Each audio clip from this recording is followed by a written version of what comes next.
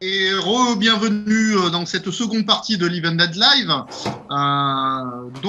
Après ce débat houleux et fougueux, nous accueillons maintenant un invité, un fan, qui a fait son apparition il y a quelques temps sur notre groupe Facebook et qui est très participatif. Donc, il s'agit de Emmanuel Michler. Bonsoir. Bonsoir Emmanuel. Bonsoir. Donc on va te cuisiner ce soir, on va te soumettre effroyablement à la torture pour savoir Avec plaisir. quel droit tu t'es octroyé le titre de fan de James Bond. Je veux dire, donc tu vas devoir choisir entre la tapette à tapis de Casino Royale ou la chaise de Spectre avec le truc qui va te vriller le cerveau. Parce que si t'es fan comme Damien... Ouais. Ça serait bien un deuxième faux fan. Pas de dénigrement, s'il vous plaît. Oui. Ah, c'est bien. Il y a eu 1,5. Un et un tout petit bout. 1 et 3 lignes. J'ai eu un petit problème sur moi, messieurs. Là, tout d'un coup, j'ai entendu ça grésiller, pas entendu ce que l'on me disait là. Donc, on va laisser peut-être Emmanuel se présenter. Alors, je m'appelle Emmanuel, je viens de Suisse. Vous voulez savoir donc comment je suis devenu fan de James Bond, j'imagine? Voilà. Non, en fait, on veut tout connaître depuis la genèse. Vous voulez que je vous raconte ma vie? Donc déjà, première chose, on va essayer de l'orienter un petit peu. À quel âge as-tu découvert James Bond? J'ai découvert James Bond quand j'étais gamin. À la base, c'était par Roger Moore. Ma mère et mon grand-père étaient des fans de Roger Moore, donc peut-être même que j'étais accro à Brett Sinclair avant d'être accro à James Bond. Donc Brett Sinclair et Danny Wilde tournaient en boucle, c'était sauf erreur tous les samedis soirs sur M6. Et puis ça a basculé donc sur James Bond avec Roger Moore. Et puis après, j'ai appris que je suis un grand fan de ski, donc depuis que je suis tout gamin, j'ai skié dans la même station que Roger Moore, à Crans-Montana. Donc j'avais déjà tout petit une sorte de fascination du fait de cette espèce de proximité avec Roger Moore, que j'ai malheureusement jamais eu la chance d'apercevoir à Crans-Montana. Je l'ai vu en 2008 lors de l'enregistrement de Vivement Dimanche. Et puis voilà, ça me fascinait. Alors quand je voyais les nombreuses cascades de ski de Roger Moore, je m'imaginais bien sûr que c'était lui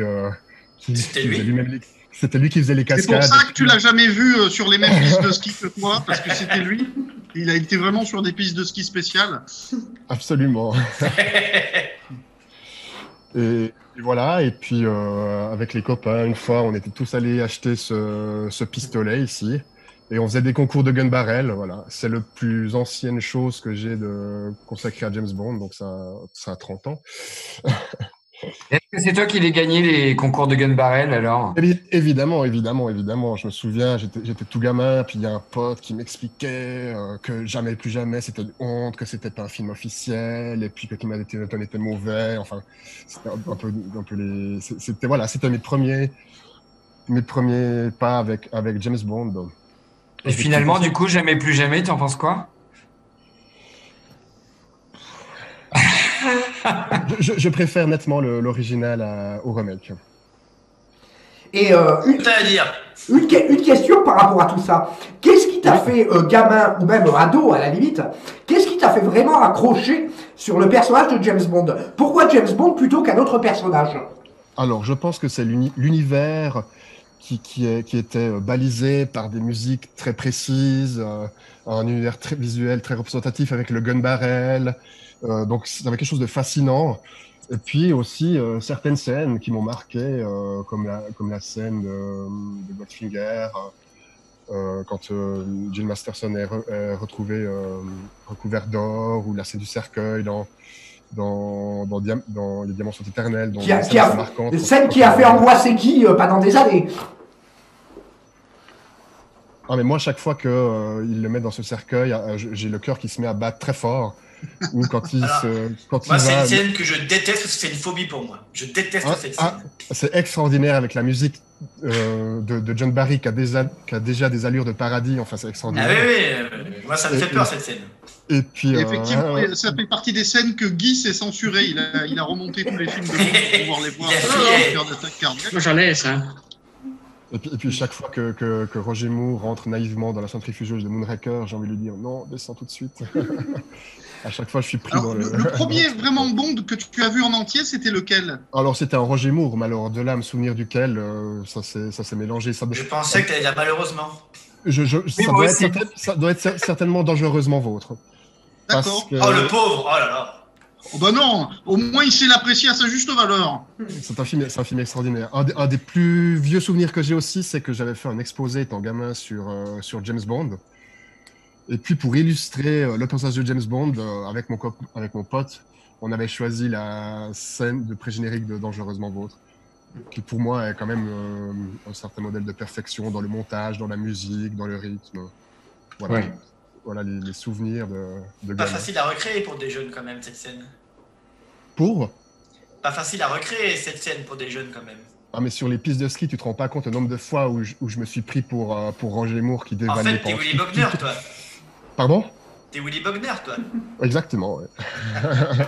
C'est toi qui as fait le film Feu, glace et dynamite? Il faut- Et ton premier C'est Bond qui au ton James Bond cinéma? préféré? Pardon? Excuse-moi. C'est qui ton James Bond préféré? C'est pas C'est Brosnan. Daniel Craig. Et puis Ah, tu vois.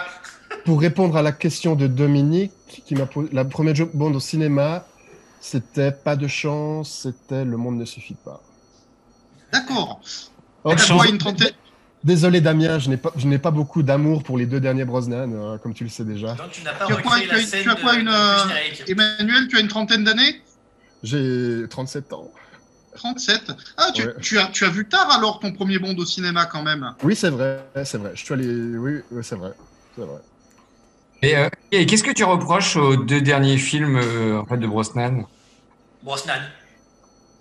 Je les trouve, ennuyants, datés, un peu mal réalisés, un peu ringards. Ça me met un peu mal à l'aise, je dois dire. Ah, Est-ce que tu as aimé quand tu l'as vu la première fois? oui, c'est ça la question. J'avais assez aimé, oui. Parce que le Mais premier James Bond qu'on voit au Moi, par cinéma, exemple, Mais au le cinéma, on pré-générique avait très peu de temps. le pré-générique du Monde ne suffit pas m'a scotché, hein, le pré-générique. Moi, pas du tout. Ah ouais? Il est trop long, hein. Ouais. Moi, je Non, trouve il est trop long. Non. Je suis d'accord avec. Alors, c'est un super pré-générique, c'est ce qu'il y a de mieux dans le film, mais c'est vrai que c'est plus un pré-générique. Le pré-générique, c'est censé. Voilà, ça pète, quoi. C'est. 3-4 Ça va minutes, c'est droit tout. au but. Ils auraient dû le terminer. Ils auraient dû terminer ce pré-générique au moment précis où Pierce Brosnan touche le Ouais. sol. Après, ça aurait été parfait. Et puis, voilà. Mais bon, Mais ils ont pas vraiment. ouais. Patrice, tu allais dire quelque chose. Non, je vais dire une bêtise. Ah, alors, une de plus. Oui, c'est ça. Tu as bien fait, donc à dire. Tu as bien fait. Non, mais, en fait, je vois pas en quoi il y a une durée, standard pour un pré-générique. Effectivement, je pense que la scène Je aurait. rejoins Damien sur ce coup-là. Merci. Mais non. Non, bah, je suis désolé, messieurs, je ne suis pas d'accord avec vous. Un pré-générique d'un James Bond, par définition, ça doit être une séquence extrêmement brève, extrêmement intense, etc. Intense, le pré-générique de Twine, Le Monde ne suffit pas, mais je veux dire, 10 minutes, c'est beaucoup trop long. Je préfère des pré-génériques beaucoup plus courts, un petit peu 15 minutes. comme celui, ou 15 minutes, comme celui d'Octopussy, où en 5 minutes, tout est dit. Le style du film est défini dès le départ. Un petit peu comme celui de L'espion qui m'aimait, ou comme celui de Moonraker.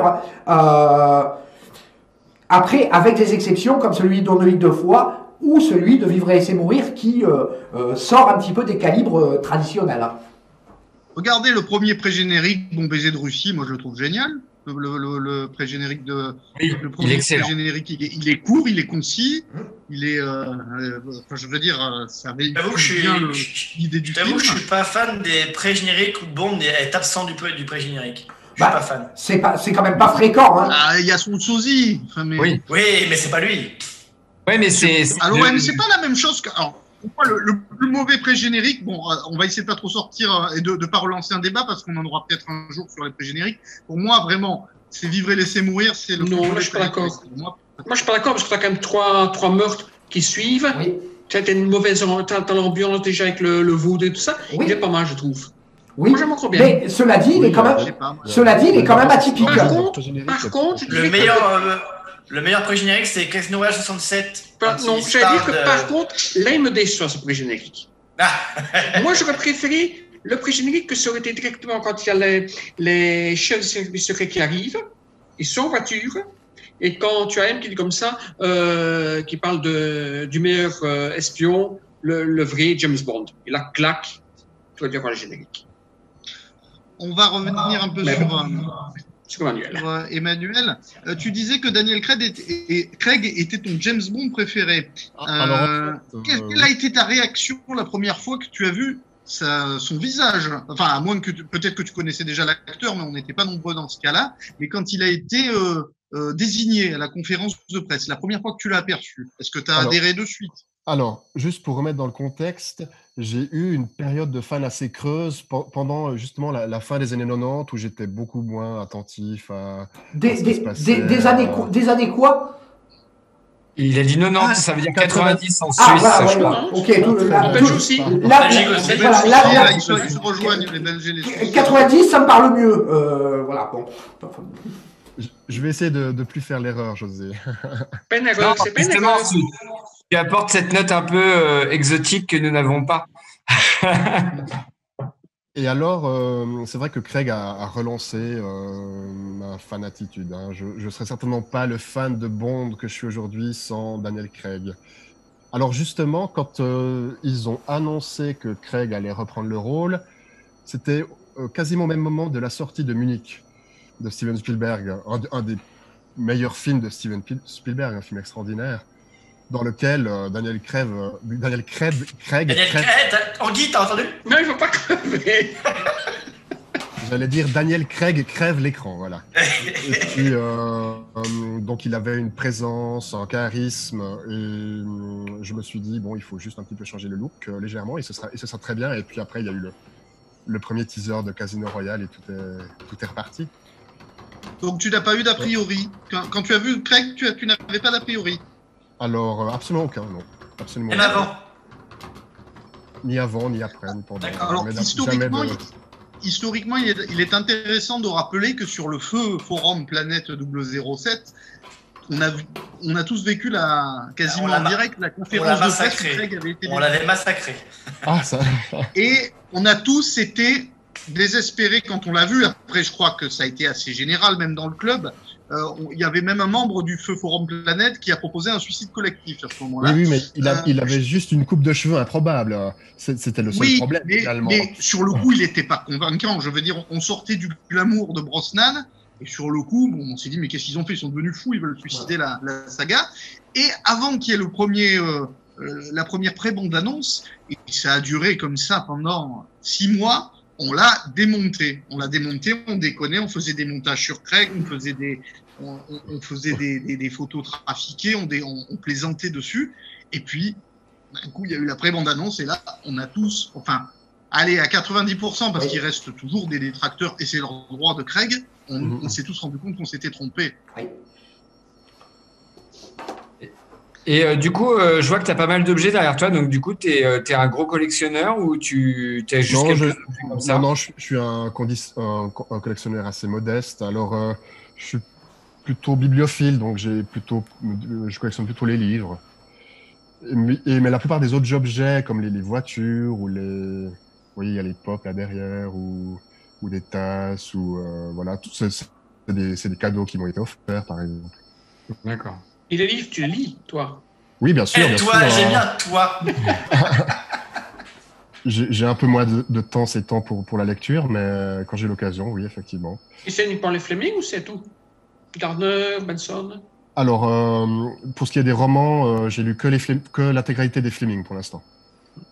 C'est déjà bien. Et puis, Tu as perdu quelque chose. Tu as perdu quelque Tu vas chose. mettre aux autres? Tu vas pardon? commencer les autres aussi? Oui, certainement, oui, bien sûr. Ah. C'est J'aime prévu. bien, il dit quand même, il met la pression. Tu vas faire les autres aussi, là? Hein? Oui, je l'ai ressenti de la même manière. Là. Moi aussi. C'était vraiment le prof, là, tu sais, je veux dire, c'était, t'as fait tes devoirs? Moi aussi, je l'ai senti comme ça. Moi, j'ai envie de changer de sujet. Si ça peut te rassurer, Guy, j'ai commencé Colonel Sun. Voilà. Ah, j'aime bien là-bas. Très très bon roman. Est-ce- T'aimes bien qu'est-ce que- Prends-en de la graine. Attends. Pour rassurer Guy, qu'est-ce que tu penses de Casino Royale 67? Ah. Combien? Il n'y a plus de son. Tu nous as entendu? Mais il est parti, il n'a pas osé. Je veux dire non. Mais Je crois qu'il n'ose pas répondre. Non, il y a un Pardon défaut de son, je pense. Ah. J'ai peur de la réaction de Guy. Pardon. J'ai été Emmanuel, absent, là. qu'est-ce que tu penses de Casino Royale 67? Je trouve que c'est un film très plaisant, qui a beaucoup de charme. Il faut le prendre pour ce qu'il est, hein, une parodie, un film totalement inclassable. La musique est extraordinaire. Oui, j'adore la musique, moi aussi. Voilà, donc c'est un petit côté sensuel aussi, très coloré. Enfin, c'est très agréable. Voilà. Qui a trouvé un copain? Voilà. Donc, Damien, prends-en de la graine. Non, attends, je suis sur Vivre et laisser mourir, step by step. Hein. Donc, du coup, tu n'es pas un très gros collectionneur. Et qu'est-ce qui te plaît le plus chez James Bond? En fait, c'est les voitures, c'est quoi? C'est les scènes d'action, les dialogues, c'est quoi? Ah, c'est une bonne question. C'est Écoute, pas, en fait, il cherche. non, écoute, c'est le personnage. J'ai envie de savoir ce qui lui arrive. Enfin, le personnage de Craig m'intéresse. J'aime son destin. J'aime savoir ce qui lui arrive. Voilà. Donc, tout simplement. Et du coup, tu serais pour une série? Alors, ça dépend quelle série. Qu'est-ce qu'on y met dans la série? J'avais un peu réfléchi à la question et je me suis dit qu'une série sur la jeunesse de James Bond serait pas mal. Mais Si on pas, reprend les excellents romans de Charlie Higson, je suis d'accord. Alors, c'est pas exactement ce que j'avais pensé, c'est-à-dire pas forcément une transposition des aventures de James Bond, c'est-à-dire qu'un James Bond adolescent ou qui a des aventures comme le James Bond adulte, mais vraiment imaginer la jeunesse de James Bond de sa naissance à peut-être sa nomination en tant que 00, avec tous les éléments qu'on peut retrouver chez Ian Fleming ou dans la biographie fictive de John Pearson. Si on part sur une jeunesse, moi j'aurais voulu savoir ce qui se passait quand il était en temps de guerre. Mais ça, tu es une BD, hein? Ouais, mais en série, quoi. En film, j'aimerais. En film ou en série, j'aurais bien aimé un truc sur ce qui s'est passé pour James Bond pendant la guerre. Donc, ça sous-entend que ta série, elle se passe forcément à l'après-guerre, dans les années 60, ou Mais c'est ça qu'il a peut pas être réfléchi, une lui. série. Comment? Mais c'est qu'il a réfléchi, Damien. Oh, c'est que je suis plus intelligent que j'en ai l'air.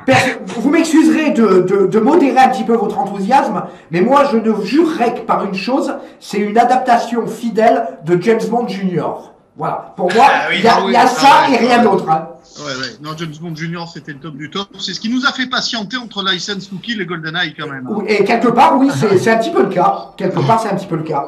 Mais par contre, juste pour aller une petite aparté, je vais prêcher pour ma paroisse. On parlait des aventures du jeune James Bond tout à l'heure. Je fais un peu de pub oh mon Dieu. Oui. Ce lapsus. Ça, c'est pour Mathieu.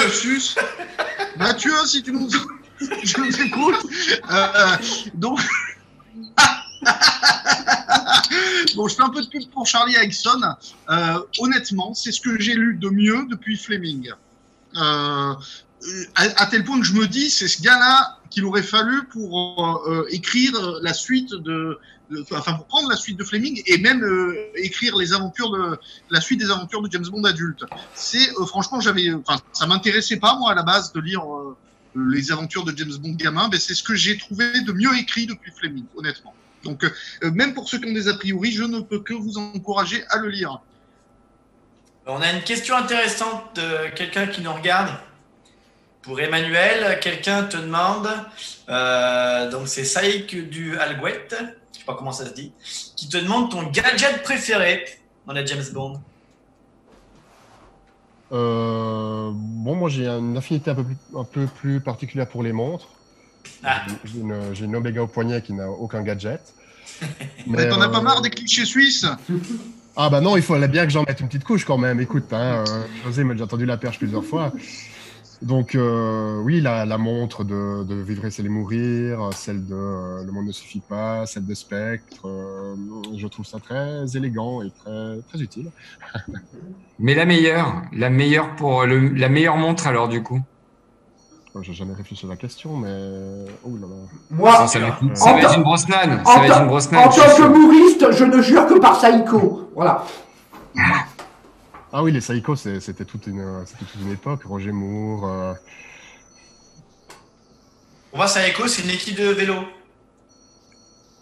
Non, mais la Non, montre Seiko, c'est Grappa une- dans Le monde ne suffit pas, elle est quand même géniale. Enfin, je Elle veux est dire, très bien. Non, non, on a oui, tous rêvé de pouvoir prendre la montre et pouvoir. Non, Damien, pas moi. Ah bon. Moi, je vous jure que c'est vrai, quand Ah, mais j'étais t'as jeune, dit tous. je rêvais de pouvoir faire ça. C'était un truc qui me faisait rêver, vraiment. Et puis j'aime beaucoup la montre fléchette de Moonraker. On parlait tout à l'heure des génériques qui sont trop longs et j'étais sûr qu'on avait un autre qui était plus long que Le monde ne suffit pas. Et Laurent l'a dit, là, Spectre, il est plus long apparemment. Ah oui? Ok. C'est Ah possible, oui. Bah, il est quand même Il est vachement plus long, long, hein, celui de Spectre Spectre.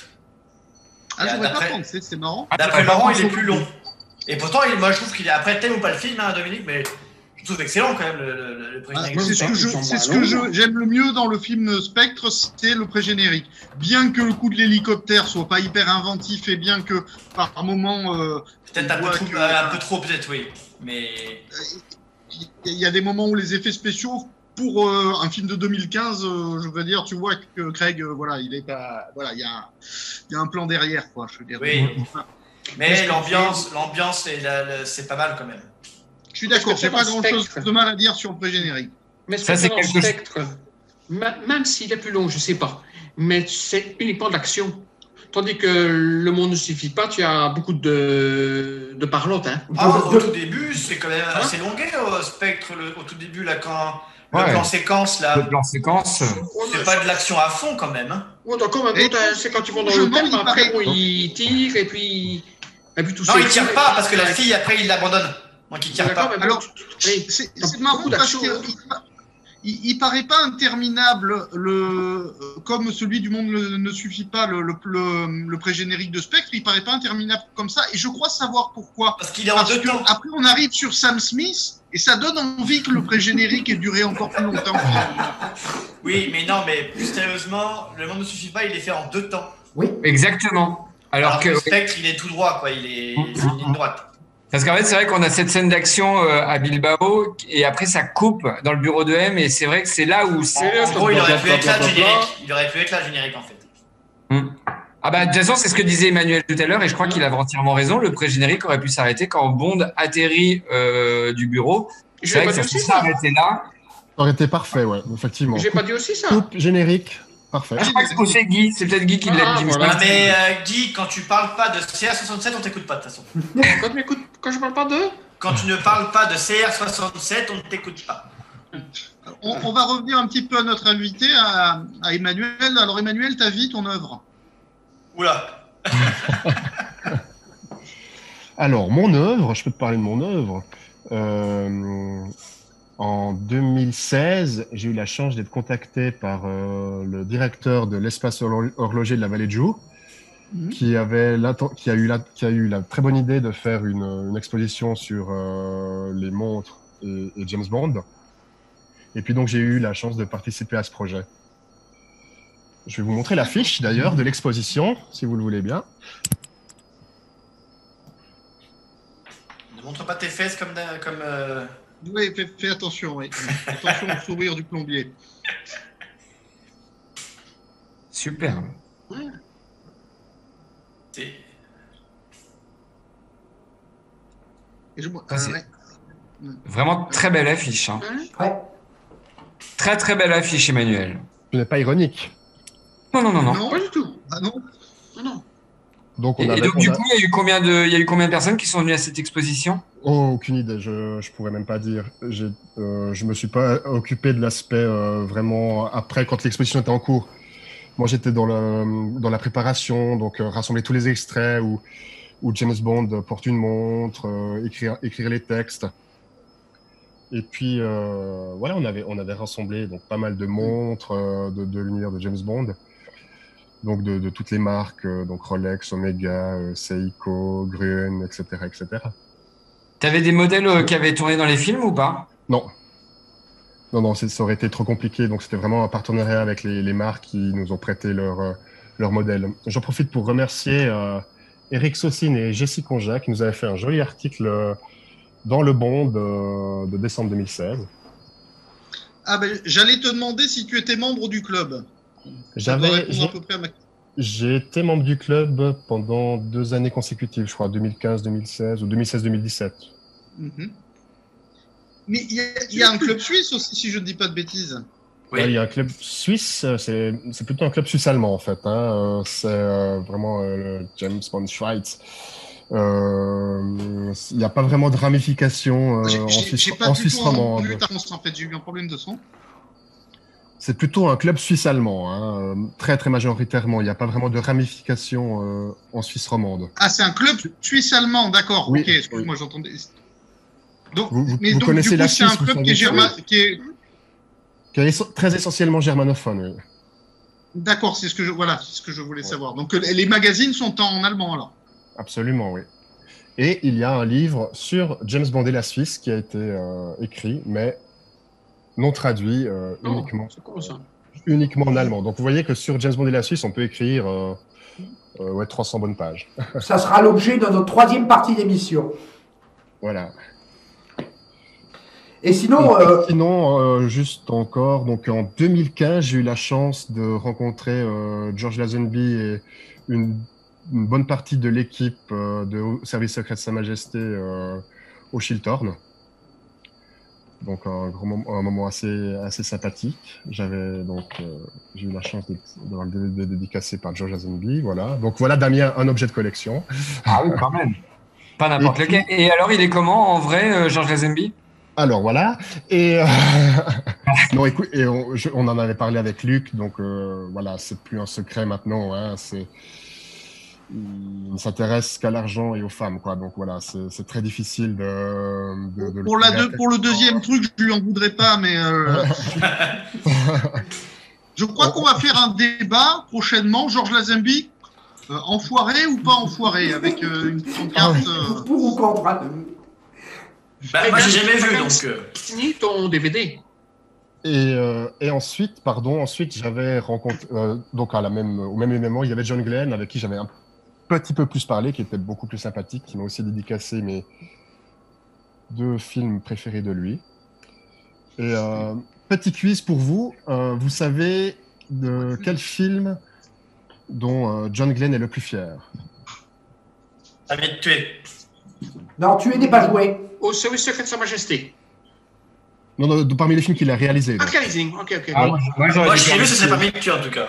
Non, je dirais permis de tuer. Je dirais tuer n'est pas joué. Parce que c'est le plus original. Damien, c'est le plus abouti, je trouve. Ouais, moi je suis d'accord avec Patrice, permis de tuer, c'est un des plus originaux. Nick. Donc la question, c'était le John Glenn préféré, c'est ça? Non, il m'a dit parmi les chefs il l'a dit en direct. Il m'a dit en direct le film dont il était le plus fier. Ah, alors c'est Christophe Colomb. Attendez, excusez-moi, j'ai pas donné ma réponse. Donc la question, c'était bien quel est le John Glenn préféré? Non. Quel film John Glenn préfère qu'il a réalisé? Qu'il a fait. Lequel des siens il préfère? Oui. Pour lequel il a le plus retiré de fierté. Mais t'as pas précisé Bond, donc ça te fait Je te dirais, à mon avis, ça doit être License to Kill, ouais. Oui, c'est ça, c'est permis de tuer, effectivement, oui. C'est pas Christophe Colomb. C'est normal, hein? C'est normal, c'est la meilleure Bond girl. Et alors peut-être que que vous... Ouais, mais non, Guy. Non, mais blague à part, dans les making-of de John Cork, on voit très bien que Glenn, quand il en parle, le permis de tuer, il est très fier. Ça se voit quand il en parle. Alors, oui. Pour moi, c'est le meilleur film de James Bond, d'ailleurs. Alors, je crois que John Glenn, il est juste une réserve. Il regrette infiniment la partie où... la coupe de cheveux. Non, il ne regrette pas. Pas du tout. Et alors, je ne sais pas si C'est un fait qui est connu, mais John Glenn a été très affecté de ne pas être reconduit pour la suite, donc dans les années 90, GoldenEye et tout ça. C'est quelque chose que j'ignorais. Pardon? Tu veux dire les années 90? Les années 90. Ah, 90. Je m'adapte à la majorité. T'as raison, t'as raison. Emmanuel, j'ai une question pour toi parce que tu dis que tes préférés, c'est les films avec Daniel Craig. Et du coup, quel est ton... Alors, j'ai deux questions. Quel est ton Daniel Craig préféré? Que penses-tu du film qui n'est pas encore sorti? Est-ce que tu as déjà un avis sur les spoilers, tout ce qui a pu être dit? Voilà. Alors, bon, mon préféré, c'est Casino Royale. C'est un film que j'ai vu des dizaines et dizaines de fois. C'est à chaque fois un film qui me fascine, qui me prend, qui me bouleverse. C'est ce film qui a tout relancé finalement, qui a fait de moi un fan pur et dur. Donc c'est un film que je regarde régulièrement. J'avais eu la chance de voir le concert live avec David Arnold, c'était à Lucerne en 2018. Un moment assez sympathique aussi dans ma vie de fan. Ah oui, et puis, pardon? Oui, pas vieux, Patrice? ça. C'est pas vieux, ça. Non, c'était pas très longtemps, effectivement. Et puis pour No Time to Die, je suis impatient effectivement de voir quelle aventure ils nous ont concocté. J'ai un avis assez tranché sur ce qui peut bien se passer avec cette jeune spoiler peut-être éventuellement pour certains. Je fais le triangle, vas-y. Certains auditeurs, mais j'ai repensé à certaines déclarations que Kari Fukunaga a fait. Il en a fait quand même quelques-unes qui étaient il a balancé pas mal de trucs. J'ai repensé aussi à des vieux scripts, enfin des idées qui avaient été abandonnées par Paul Haggis à l'époque de Casino Royale et Quantum of Solace. Et j'ai une petite théorie concernant cette petite fille qu'on a aperçue sur le tournage et puis dans quelques scènes. Je pense que c'est sa mère qui a pris c'est sa mère mais qui a remonté le temps, c'est ça? Oui, c'est ça. C'est quoi ta théorie? On peut savoir ta théorie? Je pense qu'il est possible que ce soit, alors vraiment spoiler, hein, c'est peut-être totalement faux ou erroné ce que je vais dire, mais ça pourrait être la fille de Vesper, je pense. Trop jeune. Ouais, j'ai entendu ça aussi. C'est trop jeune. En tout cas, il y a un truc avec Vesper à un moment donné. Il y a un truc avec Vesper. La petite fille a été vue. C'est peut-être Vesper. Donc, c'est peut-être Vesper, oui, bien sûr, pourquoi pas. Bah, je sais pas, Damien tout à l'heure a dit que Bond c'était magique. Alors, je sais pas, c'était Harry Potter le truc. Hein. C'est pas Harry Potter non plus. Hein. La fille, elle a 5-6 ans. Oui, alors c'est peut-être la seule réserve que je peux avoir, c'est que c'est au niveau de l'âge. Mais la petite fille a été quand même vue sur le tournage lorsqu'il est au cimetière en Italie. On sait que là, c'est la tombe de Vesper, donc voilà, il y a peut-être un lien. Moi, j'ai pas cette réserve au niveau de l'âge, parce que je pense pas qu'il se passe entre Casino Royale et No Time to Die. Je pense que du point de vue de l'intrigue, il se passe pas 16 ans. Oui, c'est vrai, parce qu'effectivement, entre les intrigues de Casino Royale et Quantum of Solace, c'est très serré. Entre Skyfall et Spectre, c'est très serré. Donc, effectivement, ça pourrait coller, ouais. J'avais jamais entendu parler de ça, mais effectivement, j'avais jamais entendu parler que ça pourrait être la fille de Vesper, mais ça pourrait être sympa. Surprise. Ouais. Est-ce que tu sais que Fleming a écrit les Bonds? Non, toujours pas. Messieurs, est-ce qu'on a des commentaires un peu intéressants? Parce que moi, je n'y ai pas accès. On avait une question pour Emmanuel qui demande quel est ton lieu paradisiaque préféré dans les films de Bond? Faut que je réfléchisse. Oh là, ouh là là. Ça en Suisse cette histoire. Moi, je suis le cercueil dans le Diamant éternel. Non, en fait, c'est facile pour moi. Alors, il y a personne qui va s'y retrouver, peut-être à part Dominique, mais pour moi, c'est l'Écosse. Voilà. Alors, c'est peut-être pas ce qu'on entend par paradisiaque, mais voilà, je suis fasciné par ce pays, par ses paysages. Et encore, je trouve qu'elle n'est pas suffisamment mise en valeur dans les films. Oui, bien sûr. Casino Royale 67 bien, hein? Hein? Dans Casino Avec la, Royale avec la 67. cornemuse, tout dans Casino Royale. Oui, tu as raison, Guy. Tu as raison, Guy. À la limite, c'est plutôt dans Casino Royale 67 qu'elle serait le mis en valeur. Avec les kilts, les grosses boules, là, il y a tout. Hein. Ouais. Parce que si tu regardes dans Le Monde ne suffit pas, bon ben on voit et le château d'Aylan Nonan qui est connu, qui apparaît dans Highlander. Donc c'est pas une nouveauté. Si tu regardes dans Skyfall, bon ben on voit les Landes, hein, on voit les Highlands, mais bon ben c'est pas représentatif quoi. Donc je veux dire, je reste sur ma faim moi, Nikos, dans les films. Oui, il y a encore quelque chose à faire, mais d'ailleurs il y a eu des scènes qui ont été tournées en Écosse, sauf erreur dans No Time to Die, mais peut-être pour représenter la Norvège, il faudrait vérifier. Non, mais enfin, en tout cas, tu dis que tu n'aimes pas beaucoup les films de l'ère Pierce Brosnan, mais enfin. Non, mais moi j'aime beaucoup GoldenEye et Demain ne meurt jamais. Ah, Demain ne meurt jamais. Oui, forcément. pour moi, la première heure de Demain ne meurt jamais, elle est impeccable. Rien à redire. On te demande aussi ta voiture préférée, Emmanuel. J'ai un petit fait pour l'Aston Martin V8 de Tu n'es pas joué qui va revenir dans No Time to Die. Je vais vous interrompre, messieurs. On arrive à la fin de la seconde partie. On va faire une page de pub et puis après on va passer à la troisième partie avec Emmanuel qui va nous parler de Bond et la Suisse.